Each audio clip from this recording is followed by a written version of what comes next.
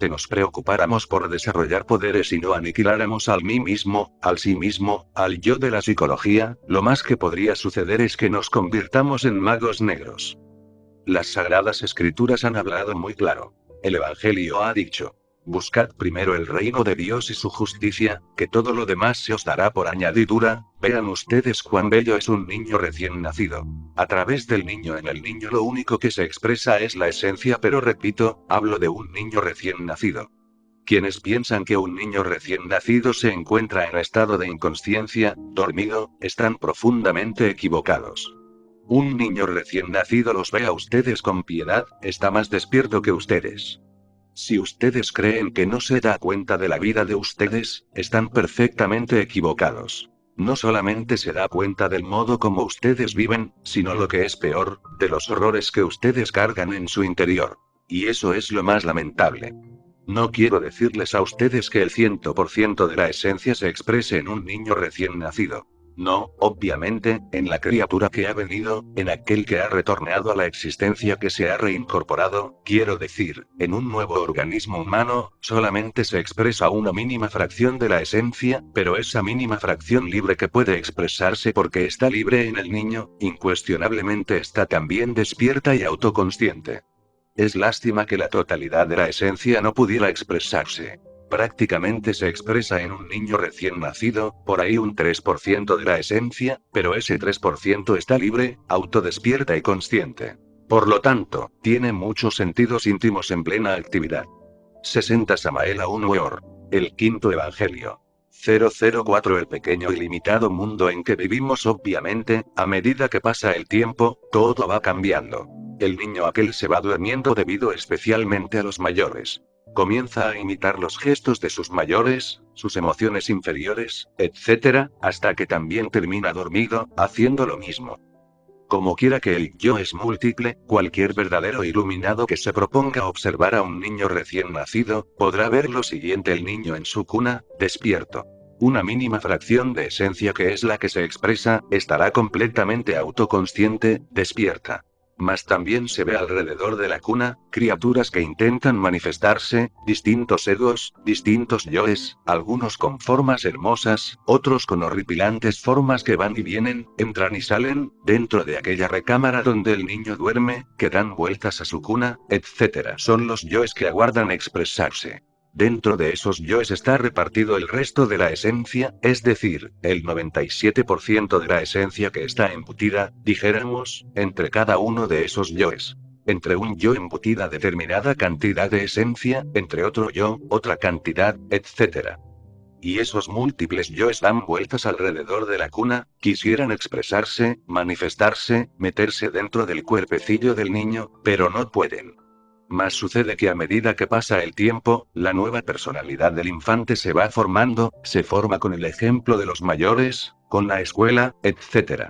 De manera que conforme la personalidad nueva se va formando, los yoes van teniendo también oportunidad para irse expresando después de que la fontanela frontal de los recién nacidos se cierra. Ustedes han observado perfectamente en los niños, que el parietal superior de los niños está ligeramente abierto. Es algo que llaman la mollerita. Nosotros decimos, técnicamente, la fontanela frontal de los recién nacidos.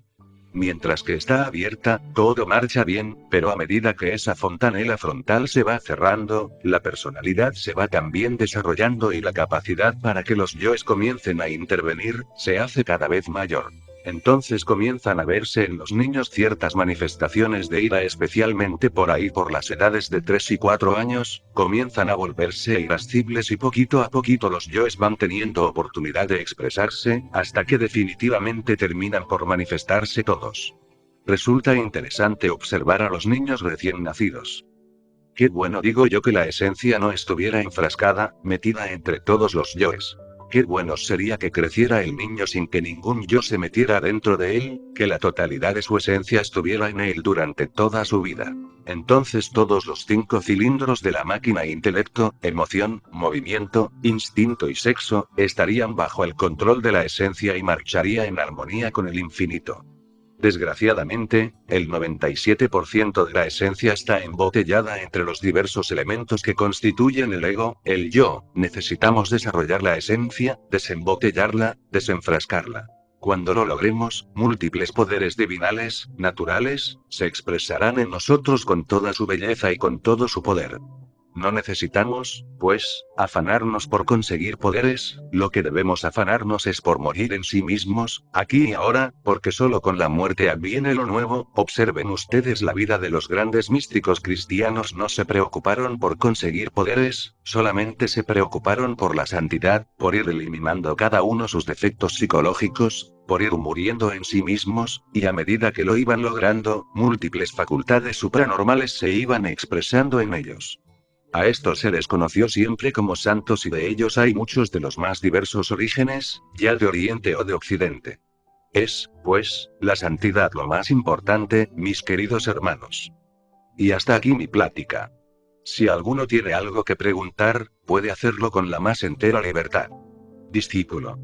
Maestro, nos ha explicado usted el proceso por el cual debe pasar el conocimiento, a fin 61 Samael Aun Weor.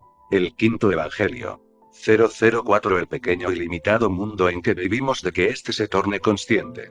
Mi pregunta es: ¿la naturaleza de la verdad es de carácter emocional o es de carácter instintivo? Maestro. La verdad es algo que no se puede definir, porque si se define se desfigura. Pero sí podemos decir nosotros que los pasos para que el conocimiento se vuelva consciente, se hallan trazados de la siguiente forma: primero se estudia, para que luego el conocimiento quede depositado en la memoria. Segundo paso, se medita con la intención de aprehender el hondo significado del conocimiento depositado en la memoria. Cuando eso sucede, el conocimiento mediante la meditación pasa a la parte emocional del centro intelectual, y esto hay que explicarlo. El centro intelectual tiene tres partes: la parte intelectual superior, la parte emocional y la parte motora. Diríamos que el conocimiento pasa a la parte emocional del centro intelectual. Entonces comenzamos a sentirle cierto sabor a aquello que hemos depositado en la memoria. En un estadio más avanzado de la meditación, aquel conocimiento ya abandona definitivamente el centro intelectual, para quedar depositado, estrictamente, dentro del centro emocional y ulteriormente, mediante la técnica de la meditación, logramos que al fin pase el conocimiento del centro emocional a la esencia. En la esencia, pues, queda depositado el tal conocimiento, es decir, la verdad o las verdades que podamos llevar a la esencia. Para hablar más claro, tienen un sabor más bien emocional, mas no hablo de emociones inferiores, sino de emociones de tipo superior. La emoción superior permite a cualquier verdad pasar a la esencia, donde viene a quedar depositada. Pero el frío intelecto analítico de un Aristóteles, por ejemplo, es completamente cojo, no permitiría jamás al conocimiento volverse consciente, se quedaría depositado estrictamente en la memoria y eso es todo. Por eso es que, dijéramos, entre los sistemas aristotélicos, que es puro y frío razonamiento, y los sistemas platónicos o porfíricos de Porfirio, yo prefiero a Platón. Los métodos neoplatónicos o las escuelas de Jámblico y de Porfirio, son emocionales y permiten llevar el conocimiento a la conciencia, es decir, permiten que el conocimiento se vuelva consciente, cosa que jamás se lograría con el frío razonamiento aristotélico. Eso es todo. ¿Hay alguna otra pregunta? Discípulo. Venerable maestro, ¿en qué forma podríamos lograr que los niños, a medida que su nueva personalidad se va formando, no se dejen atrapar por los yoes? Maestro. Pues la verdad es lo que es verbum est codex, obviamente, pues, en un niño recién nacido está la esencia, una mínima fracción, que es la que se expresa a través de él. Por eso es hermoso, dijéramos, y sublime. Desgraciadamente, y es lo peor, tarde o temprano, sobre todo después de que se cierra la fontanela frontal de los recién nacidos, los yoes comienzan a expresarse, comienzan a meterse dentro del cuerpecillo, porque están sin disolver. Si pudiéramos orientar a los niños desde la infancia, deberíamos enseñarles verdaderamente el camino de la gnosis, mostrarles lo que es el ego, etc. Pero esto ya sería, dijéramos, capítulo aparte, sería cuestión de otra plática, y sería muy largo hablar sobre la educación de los niños. Únicamente me limito a decir que mientras existan los yoes, tendrán ellos que expresarse. Lo deseable es que nosotros desintegremos los yoes para que la esencia quede libre. Al volver, al retornar, al reincorporarnos en un nuevo vehículo, vendríamos entonces completamente despiertos y seguiríamos con firmeza por la senda del filo de la navaja, seríamos diferentes. Desgraciadamente, al reincorporarnos, tarde o temprano los yoes comienzan a manifestarse, y cuando ellos comienzan realmente a entrar en el cuerpo, a expresarse a través de nosotros, obviamente, perdemos esa belleza, propia del recién nacido. Por algo es que el Cristo dijo: hasta que no seáis como niños, no podréis entrar al reino de los cielos. Nosotros necesitamos reconquistar la inocencia en la mente y en el corazón. Muchos creen que la inocencia lo hace a uno más débil, más tonto.